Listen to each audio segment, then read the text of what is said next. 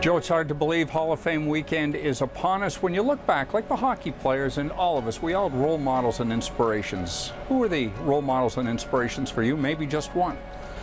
Well, obviously Foster Hewitt, because and it's a delight to and a real honor to be the recipient of his award. But he was waking up and Saturday nights and sitting on my dad's lap before we had TV, Paul, in Sudbury, and listening to the games on radio. And then, of course, Foster would be on television in the infancy of what we got it in Sudbury, and then Bill would take over the 72 Canada-Russia series and all of that. Ray Scott was another one. Ray Scott did the Green Bay Packer football games, and I always thought that he was just an absolute brilliant announcer as well. But when you got to hockey, Danny Gallivan I always thought was the absolute best, and still is. And the rest of us have mired around in the mire underneath him, trying to get into some sort of an order. But I thought Danny Gallivan, and I hated him because he was doing the Canadiens games. But once you got to meet him, he was just an absolute gem. But I always thought that he was just brilliant. We got to grow up in northern Canada. Yours truly in Quebec. You're on the other side, Sudbury, cheering for the Toronto Maple Leafs. The opportunity to get a job with this organization and still be here doing it well into your fourth decade, what a privilege it has been. Well, first off, it was a shock. I mean, you dreamt about getting to the ultimate in the National Hockey League, but you would have done it anywhere. And then to be offered the job to come to Toronto and be a part of the team that you grew up loving, and then to rub shoulders with the people that you never even dreamt that you would even meet. I mean, being personal friend of John Bauer, that was a complete dream come true. And Frank Mahovlich and Daryl Sittler, Lanny McDonald, and the list goes on of the people that were just stars on the television set that you never really thought you'd ever get a chance to meet.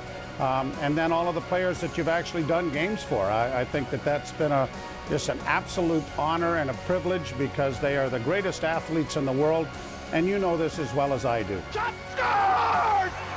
Nikolai Borashevsky has scored for Toronto! Bless you, boys! What a game! Unbelievable!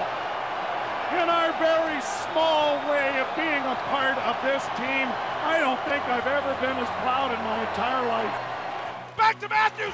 He scores! Holy Mackinac, the kid's on fire! Here's Plekanec! Scores! We're going to Boston, baby! So many great calls.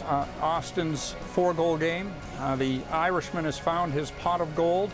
Bless you, boys. Game 6 in Ottawa, and maybe even Matt's goal in 2002 in Game 6 against Carolina. They're my 4 favorite calls. What stands out for you? All of those, and Nicky Borashevsky's goal in Detroit. And I think that stood out because we had gone through the Harold Ballard decade that I was here for it, and really there was no hope. But that goal and that organization and Cliff Fletcher and Pat Burns signaled that the franchise had turned 180 degrees. We weren't just here to play Saturday nights and fill the building. They were here to try and win. And it hasn't happened yet, and we know that. But it hasn't been for the lack of energy, the lack of trying to put pieces together, the lack of spending money when it was available and where it could be spent. So I think that goal really kind of sort of set the stage for what we've seen, and all of those other calls came as a result of it, I think, because they were trying, and a lot of those goals came where they were that close, but not close enough. Ribbon, rose on the cake would be a Stanley Cup. That's all that's left to be done, isn't well, there? Yeah, you dream about that.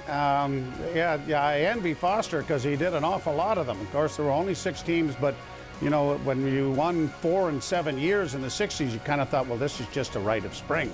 This just happens every, so often. But it's been a long time. I'm a diehard Red Sox fan, and that was 1908. So that was a lot longer than 67. But you look at this group and you look at this team, and unlike previous years, you say to yourself, it may not be this year, but the window of opportunity appears to be here for a good run. And that's all you can ask for, because there's 30 other teams that are trying to do the exact same thing, and a lot of square pegs have to fit in the round holes in the playoffs in order for that ultimate prize to be won. But I'm hopeful and I'm optimistic that it will be while I'm still in the chair. Congratulations, you're headed to the Hall, and for those who've worked with you for so long, you're taking us with you. Thanks, Joe. You bet you're coming with me. Attaboy.